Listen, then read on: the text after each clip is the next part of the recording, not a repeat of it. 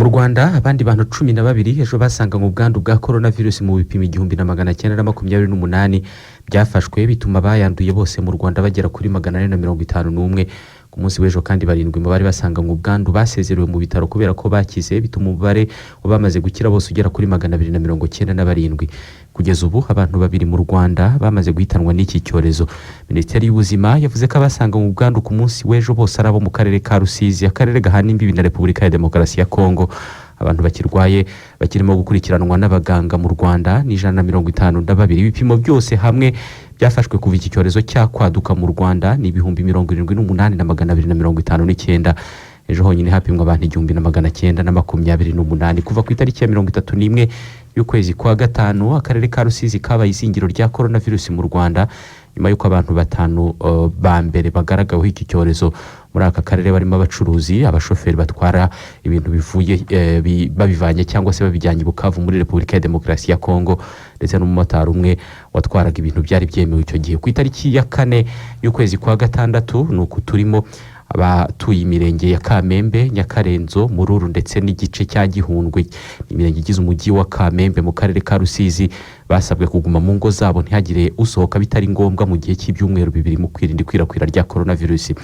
Mu minsi 8 mu karere ka Rusizi gusa hamaze kuboneka abarwayi 63 basanganywe coronavirus. Ibimenyetso bya coronavirus birimo inkorora, ibicurane, guhumeka bigoranye ndetse no kugira umuriro mwinshi, yandura binyuze mu matembabuzi aturuka mu myanya y'ubuhumekero.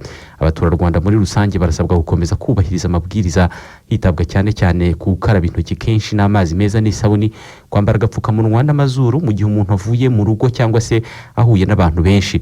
Uwagaragaza ibimenyetso yihutira guhamagara umurongo wa telefone utishyurwa 114 cyangwa se kandi ku butumwa kuri WhatsApp kuri 0788 20 Mu yandi makuru ya COVID-19 mu karere muri Afurika no ku isi, Ismail, ko duhereye mu karere k'ibiyaga bigari ndetse na Afurika y'Uburasirazuba aho u Rwanda rubarizwa, Repubulika ya Demokarasi ya Kongo niyiza imbere mu bwandu kuko ifite abantu 416 n'abamaze gupfa 88, ni mu gihe abamaze gukira muri icyo gihugu cya Repubulika ya Demokarasi ya Kongo ari 537. Kuva iki cyorezo cyahagaragara bwa mbere hari tariki ya 10 y'ukwezi kwa gatatu uyu mwaka, Repubulika ya Demokarasi ya Kongo ikurikiwe na Kenya ifite ubwandu bw'abantu 2872 n'abamaze gupfa 85, ni mu gihe abamaze gukira coronavirus bo aho muri Kenya ari 845. Muri Afurika, kuri mugabane wa Afurika, ejo ishusho yerekana ko abari bamaze kwandura bari bose hamwe bari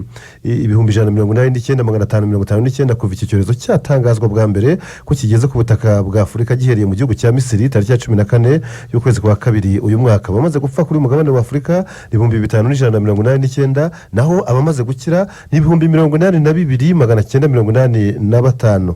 Abanduye coronavirus ku isi rero bamaze kurenga miliyoni 7 kuko babarirwa muri miliyoni 7 n'ibihumbi hafi 200, ni mu gihe abamaze gupfa bo bari mu bihumbi 408, n'abamaze gukira iyi ndwara bakaba bari hafi kugera kuri miliyoni 3 n'igice kuva iki cyorezo cyakwaduka ku isi gihereye mu Bushinwa mu mpera za 2019. Ku birebana n'ubwandu, ibiro ntaramakuru AFP bikavuga ko abagera kuri 2/3 mbese abarenga miliyoni 4 bari mu Burayi na Leta Zunze Ubumwe za Amerika. Nk'iki gihugu cya Leta Zunze Ubumwe za Amerika gikomeje kuza ku isonga mu kugira benshi banduye, abo bamaze kurenga miliyoni 2, kinaza kandi ku isonga mu gufusha benshi kuko barenga 113. Mu yandi makuru atandukanye na coronavirus narebana n'ububanyi n'amahanga, kuri uyu wa mbere igihugu cya Uganda cyashyikirije u Rwanda abanyarwanda 79 mu 130 cyemeye kurekura bari bamaze igihe bafungiye muri gereza zitandukanye z'icyo gihugu.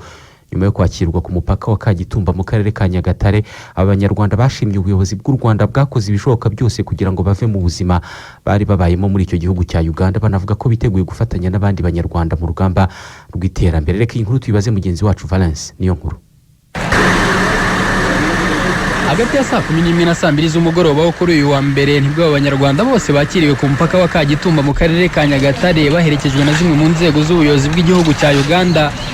Mu kwirinda icyorezo cya COVID-19 buri wese yari yambaye agapfukamunwa, kandi mbere yo kwinjira mu biro by'abinjira n'abasohoka kuri uyu mupaka babanzaga gukaraba intoki n'amazi meza n'isabune, bakanapimwa umuriro nka kimwe mu bimenyetso bya COVID-19. abo banyarwanda barimo abagore babiri ubuhamya bwabo bwumvikanisha ingorane zikomeye bahuriye nazo muri iki gihugu nyuma yo gufatwa bagafungwa bazira ibyaha bita ko ari ibihimbano. Bari bampaye akajeto k'umunsi umwe kandi ntabwo kari karangiye, niho bamfatiye rero barakabuzabuza ngo bashaka isenti, bambwira gushashura miliyoni, mbeshure miliyoni n'ibihumbi 200 ya Uganda bandeke ngende, cyangwa niba ntayo bamfunge. Niko byagenze, bankatera amezi 23 muri gereza ya Gasese. Ni gereza ya famu, urahinga kuva ku wa mbere kugeza ku wa mbere, gutaha ni saa 12, kujya gukora babajyana saa 12 za mu gitondo. Ubwo rero iyo bukeye uravuga uti bukereye iki, wibaza icyo bukereye. Bamfashe 2018 banziza nti naguze ibintu inkweto ze bibye, noneho ndababwira inkweto nanjye naraziguze nshaka amafaranga nshaka imibereho. Barambwira ati urabeshya, niba utatweretse umuntu yabikugurishije katugukubite tukwicira ahangaha. Mbona bagira neza baraza baranyamba bantwara muri gereza. Baradukubitaga cyane, je baje no kumenya no kumvuna iki akaguru no kuvena kuko haravunitse, ntago mu buzima bwanjye nerere. Abenshi muri abo banyarwanda bavuga ko basa n'abatashya amaramasa kuko yaba imitungo n'ibindi bari bamaze kugeraho babinyazwe. Gusa ariko bashima ubuyobozi bw'u Rwanda bwabafashije gutandukana n'imibereho mibi bari bamazemo iminsi itari mike, kandi ngo biteguye gutangira ubuzima bushya mu gihugu cyababyaye. Ibihe mbonyeyo n'ukuntu twafashwe tugezeyo byari bikomeye cyane, nari nzi ko njye no mu buzima bwanjye natazongera kureba ku babyeyi banje nanga ku miryango y'iwacu. Byari ibintu bikomeye cyane, mbega bindemereye. Narebaga no mu kirere nkabona hari umwijima gusa, kandi ari kumanywa izuba riri kuva. Gusa ndashima Perezida, nshime n'Uwiteka wongeye kungeza ku butaka bw'iwacu ndi muzima.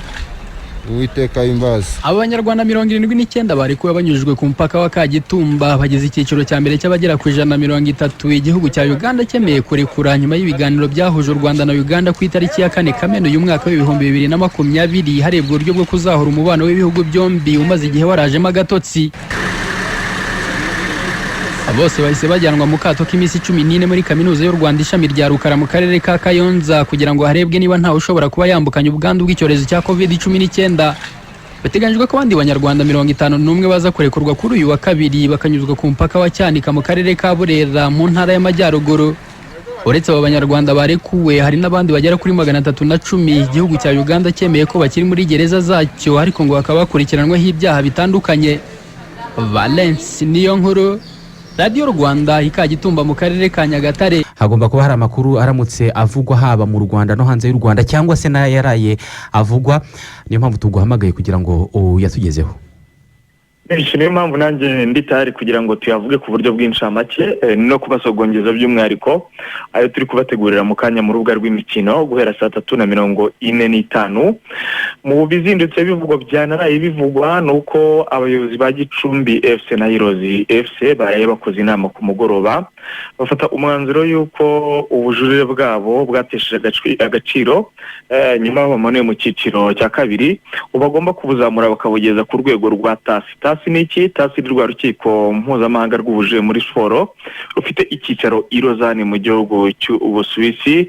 Maître Murindahabi Olivier akaba yatangarije Radio Rwanda yuko aya makipe ahagarariye mu mategeko umwanzuro amaze kuwufata agomba kugeza ubujurire muri uru rukiko, ari naho hanyuma ho gufatira umwanzuro. Bibutse ko aya makipe yaramanuwe mu cyiciro cya kabiri nyuma ya shampiyona hagaritswe igitaraganya kubera ibibazo bya COVID-19 mwese muzi. Bene makuru turi kubategurira hari icyegeranyo kirambuye kiza kugaruka mu kanya gato mu rubuga rw'imikino kuri Ambasaderi Karabaranga Jean Pierre. Uyu mugabo benshi baramuzi ko yabaye umukinnyi ukomeye wa volleyball, aba umutoza ukomeye wa volleyball hano mu Rwanda, yanakinnye ndetse ku ruhando mpuzamahanga, nawe kandi umuyobozi nawe ukomeye ku rwego rwa siporo, dore ko yageze no ku rwego rw'umunyamabanga wari muri Minisiteri y'Umuco na Siporo. Urera akaba ari Ambasaderi w'u Rwanda mu gihugu cy'Ubuholandi. Icyegeranyo kiraza kumvikanamo abantu benshi babanye muri ibyo bitandukanye bya siporo, nk'umukinnyi, nk'umutoza ndetse n'umuyobozi. Turekibera rero rero ntihagire uwo kiza gucika mu kanya gato cyane. Hanyuma mu gihugu cya Cote d'Ivoire haravugwa amatora y'umukuru w'ishyirahamwe ry'umupira w'amaguru muri iki gihugu bita FIF azaba tariki ya 23 z'ukwa munani. Ibikorwa byo kwiyamamaza birarimbanyije. Drogba wigeze ko umukinnyi ukomeye n'umwe mu bari kwiyamamaza, aho ku munsi w'ejo yashyigikiwe n'ishyirahamwe ry'abakinnyi muri Cote d'Ivoire imbere, akaza bahanganye muri aya matora n'umugabo nawe ukomeye cyane muri Cote d'Ivoire yitwa Sori Diabate. Shampiyona ya Espagne arabura iminsi 2 gusa kugira ngo isubukurwe. Yarasubitswe mu kwezi kwa gatatu kubera COVID-19. Ubuyobozi bw'ishyirahamwe ry'umupira w'amaguru muri iki gihugu batangaje ko mbere ya buri mukino hazafatwa umunota umwe kwibuka abazize ibibazo bya COVID-19 muri iki gihugu, bagera ku 27 byose nk'uko imibare ibyerekana. Ikindi umuntu yabwira nuko ishampiyona isubukurwa ejo bundi kwa kane haba derby yo mu mujyi wa Seville, FC Seville ikazahura na Betis Seville. Umuyobozi w'ishyirahamwe ry'umupira w'amaguru mu gihugu cya Espagne Javier Tebas asindutse atangaza yuko bari kwiga uburyo n'abafana batangira kugaruka ku stade mu minsi iri imbere. Ntabwo yavuze ari ryari, ariko yavuze ko ari icyifuzo cy'uko abafana batatinda kugaragara ku stade yo muri Espagne ubwo shampiyona izaba isubukuwe. Thiago Silva n'umunyabrazil akaba na kapiteni w'ikipe ya Paris Saint-Germain y'imyaka 35. Uyu mugabo rero akamaze kumenyeshwa yuko atazongerwa amasezerano muri ikipe yaramazemo imyaka 6 yose anayibereye kapitene. Benshi bari bazashobora kwerekeza haravuga ikipe ya Fluminense iwabo mu gihugu cya Brazil. Hanyuma ngana ku musozo mwanafunzi mu NBA shampiyona basketball ikomeye muri Leta Zunze Ubumwe za Amerika igomba gusubukurwa tariki ya 31 z'ukwezi kwa karindwi. Mu ikipe bita Brooklyn Nets kugeza ubu bamaze gutangaza yuko Kevin Durant umwe mu bakinnyi babo bakomeye cyane we atazasubukura nawe shampiyona kubera ibibazo by'imvune yakunze kugira muri uyu mwaka w'imikino. Umuntu ndetse ntiyabara kuvuga ko uyu mwaka w'imikino unabaye impfabusa kuri we, dore ko kuva yagera muri ikipe avuye muri Golden State muri uyu mwaka mu by'ukuri yakinnye imikino ibarirwa ku ntoki. Umuntu akaba yamuhanga amaso rero mu mwaka utaha w'imikino. Man City ni ikipe ikomeye mu gihugu cy'Ubwongereza, nayo irongera igitabe utasi rwa rukiko navugaga hejuru Gicumbi nayo zigiye kwitabaza. Ikipe yerutse guhagarikwa imyaka 2 yose itagaragara muri Champions League na UEFA. Icyemezo kitabanyuze rero bajyana ubujurire bwabo muri TAS. None kwa kabiri ndetse n'ejo kwa gatatu barongera batanga ibisobanuro. Umwanzuro w'uru rukiko ruri rozane mu gihugu cy'Ubusuwisi ukazatangazwa nta gihindutse mu kwezi kwa karindwi cyangwa mu kwezi kwa munani. Numva rero mwanafunzi wenda twaba tuvuze ku buryo bw'incamake tunasogongeza abakunzi bacu, ariko tunabararika kuza kubana natwe mu rubuga rw'imikino rutangira saa 3:45. Urakoze cyane Patrick. Urakoze cyane.